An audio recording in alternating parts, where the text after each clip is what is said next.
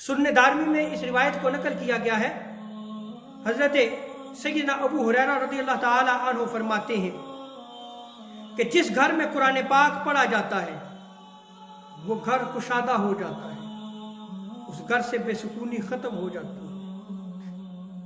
आप फरमाते हैं कि उस घर में फरिश्तों का नजूल होता है, शयातीन भाग जाती हैं और खैर और बरकत का नजूल होता है।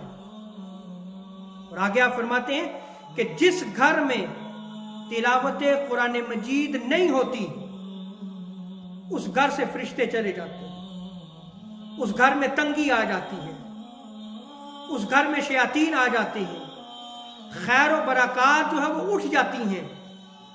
और मुस्तदरक हाकिम की रिवायत में आता है, हजरत अब्दुल्लाह इब्न मसूद रज़ियल्लाहु ताला अन्हु फरमाते हैं कि घरों में सबसे ज्यादा हकीर कमतर घर वो हैं जिन घरों में अल्लाह की किताब की तिलावत नहीं की जाती, जिन घरों में कुरान मजीद की तिलावत नहीं की जाती।